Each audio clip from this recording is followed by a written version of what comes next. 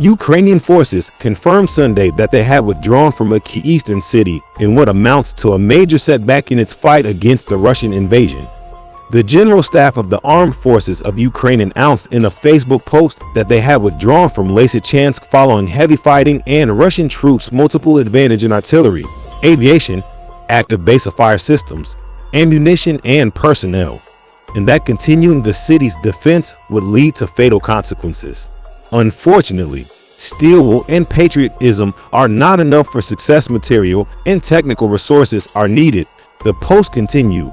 Defenders of Luhansk region and other regions of our country heroically perform their civil and military duties. We will come back and win for sure. Defense Minister Sergei Shoigu previously told President Vladimir Putin that Lysychansk and its surrounding areas were now under Moscow's control, according to a statement Russia's defense ministry posted to its Telegram channel on Sunday.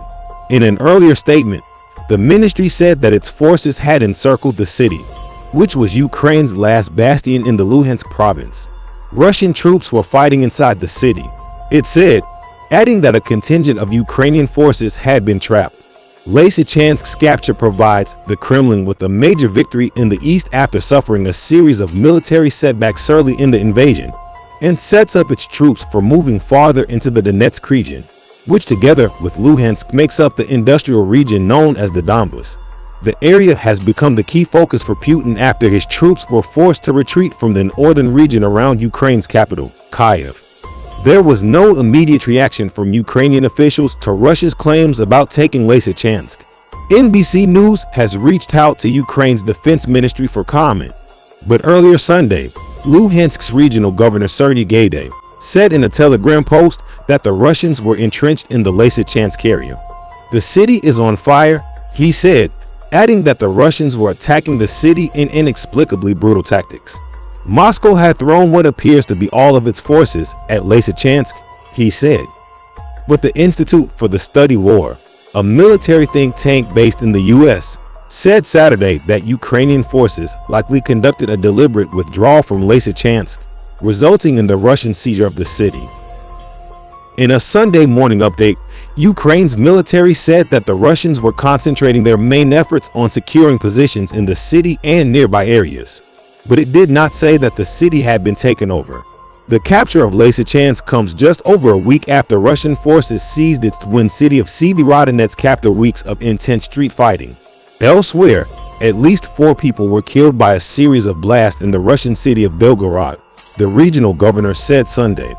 Vyacheslav Gladkov said in a Telegram post that 11 apartment buildings and nearly 40 private homes were damaged. He added that 3 Ukrainian citizens were among the dead.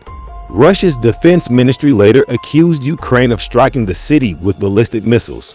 It said the attack was purposefully planned and carried out against the civilian population.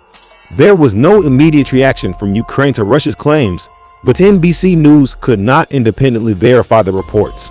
Moscow, however, has repeatedly accused Kyiv of attacks on Belgorod, a city of nearly 4,000,000 that sits some 25 miles north of the border with Ukraine, as well as on other border cities.